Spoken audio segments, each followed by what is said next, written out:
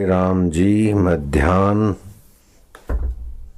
12 बजे अवतरित होते हैं। मध्याह्न काल में दिवस के मध्याह्न का चमचमाता सूर्य और श्री कृष्ण मध्य रात्रि को प्रकट होते हैं। अष्टमी है, अंधकारमयी रात्रि और मध्य रात्रि।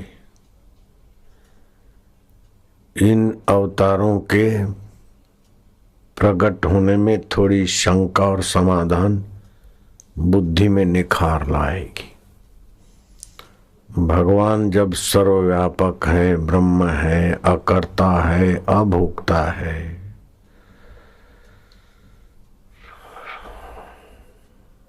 विभु है, एक कण भी उसके सिवाय नहीं है, ऐसे घन सच्चिदानंद घन परमात्मा है। तो सच्चिदानंद घन होकर फिर प्रकट होना या जन्म लेना ये कैसे? और सर्व समर्थ भी है। तो रावण के लिए राम जी आए तो रावण को हार्ट अटैक भी कर सकते थे और निमित्त से भी तो मार सकते हैं, जो सृष्टि का प्रलय कर सकते हैं। वो क्या रावण के लिए वहाँ वहाँ वहाँ वहाँ करने वाले बालक बने, स्कूल जाएं, हाय सीता हे सीता ये सब करें? ये कैसे? सर्वसमर्थ है, निराकार है, व्यापक है, तो फिर साकार कैसे हुए? जब सारे ब्रह्मांडों में भरपूर है तो फिर से प्रकट होने का क्या मतलब है? कैसे हुए? और फिर प्रकट होने के लिए रामावतार में मध्याह्न का 12 बजा और कृष्णावतार में मध्य रात्रि। दोनों अवतार मध्य मध्य में हुए। इसके पीछे भी कोई रहस्य क्या है? एक तो जो निर्गुण निराकार है वो सगुण साकार क्यों होते हैं, कैसे होते हैं? दूसरा, मध्य रात्रि और दिवस का मध्य कैसे चुनते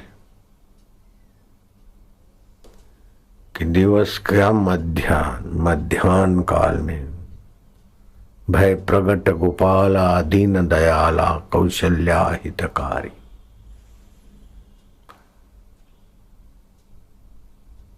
जो परिस्थितियों को बदलने वाली समझकर अपने समत्व में कुशल है वो कौशल्या जी। कौशल्या ज्ञान मार्ग में निपुण थी और दशरथ भक्तिमय हृदय थे। जनक ज्ञान मार्ग के थे तो उनकी पत्नी भक्ति में रख। ज्ञान मध्याह्न का सूर्य है, प्रकाश में, या तो मध्यकाल, आधा दिन उधर आधा दिन उधर, बीच का काल ये मध्य दिवस। ऐसे एक वृत्ति उठी और दूसरी उठने में है, वो मध्य समय भगवत प्रागट्य का है। ध्यान देना, एक विचार उठा और दूसरा उठने में जो मध्य काल है। एक श्वास गया भीतर और फिर बाहर आया, उसका मध्य काल जो है वहां भगवत सत्ता, ब्रह्म सत्ता है, ईश्वरीय प्रागट्य है। ऐसे रात्रि की मध्य दशा, घोर निराशा, अंधकार ही अंधकार हो, थक गए, हार गए, तो भगवान की शरण पहुंचो। तमेव शरणम गच्छ सर्वभावेन भारता तत्प्रसादात् पराम शांतिम। जीवन में चारों तरफ अंधकार निराशा आ जाए तो भगवान की शरण ले। ये अर्थ भी कृष्ण अवतार से निकाला जा सकता है। और दूसरा मध्य रात्रि, एक विचार आया, दूसरा आने के बीच की अवस्था, वह कर्षित, आकर्षित, आह्लादित, आनंदित करने वाली चैतन्य अवस्था है।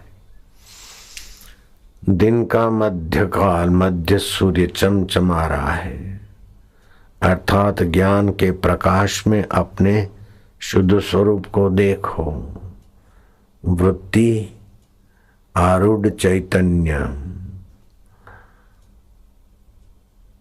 जो चिदाभास है, जो सुख दुख का एहसास करता है, वो एहसास करने का भी एहसास रात्रि की मध्यवस्था अंधकार में कुछ नहीं सूझता तो भगवान की शरण ले ले। किसी न किसी का आश्रय आदमी लेता है। बिना आश्रय व्यक्ति नहीं जीता। मुझे कोई आश्रय नहीं चाहिए ऐसा कहने वाला भी किसी न किसी के आश्रय है। जो बोलते निर्गुण निराकार है भगवान, वो भी ज्योति स्वरूप का ध्यान का आश्रय लेते। जब आश्रय लेना है तो कई ने मंत्रा का आश्रय लिया, हीन आश्रय। किसी ने कपट मुनि का आश्रय लिया तो उनको बदले में तबाही मिली। लेकिन जब भगवान का आश्रय लेते हैं तो शबरी भीलन जैसी व्यक्ति, निराधार व्यक्ति भी भगवत आश्रय लेती, सत्संग का आश्रय लेती तो महान हो जाती। रावण चीज, वस्तु और पदार्थों का आश्रय लेते हैं, वरदानों का आश्रय लेते हैं, लेकिन वरदान दाता में विश्रांति नहीं पाते तो रावण पिछड़े जाते। इन अवतारों प्रागट्यों के पीछे बड़ी आध्यात्मिक लीलाएं और सूचनाएं, प्रेरणाएं छुपी हुई। राम अवतार, कृष्ण अवतार, अंतर्यामी अवतार, प्रेरणा अवतार, ये विषयों पर पहले भी सुना है, लेकिन नए लोगों के नए लोगों के पुण्य प्रताप से पुराने साधकों की भी सत्संग चर्चा फिर से सुनने से और खुश नसीबी और प्रसन्नता होती। आवृत्ति रस कर उपदेशात, जब तक परम तत्व का ज्ञान नहीं होता तो बार बार उसकी आवृत्ति करना हितकारक होता है।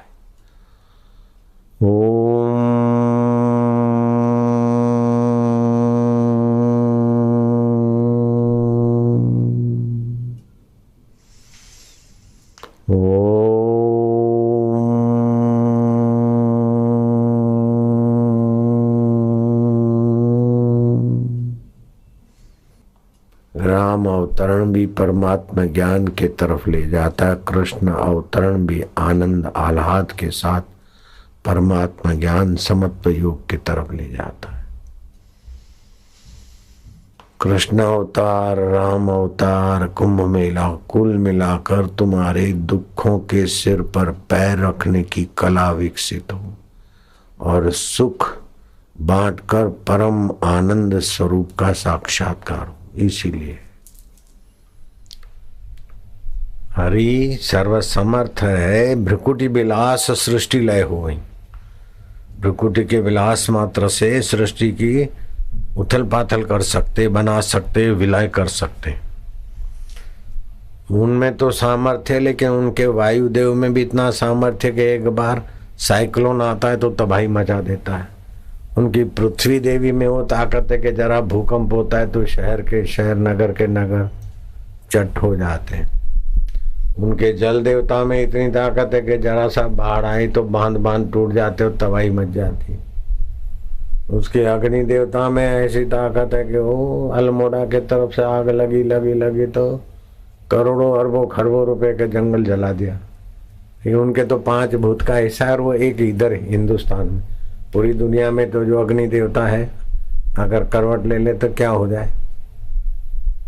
तो उनके 5 भूत इतने समर्थ हैं तो वो 5 भूत के स्वामी के स्वामी जो परमात्मा है, उनको फिर ये सब बालक बनना, स्कूल में जाना, गुरु की गाय चराना, गोबर उठाना, लिपण करने वाली गुरु पत्नी को सहयोग करना, खेल खेलना, ये सब उनको क्या ये दरकार पड़ी।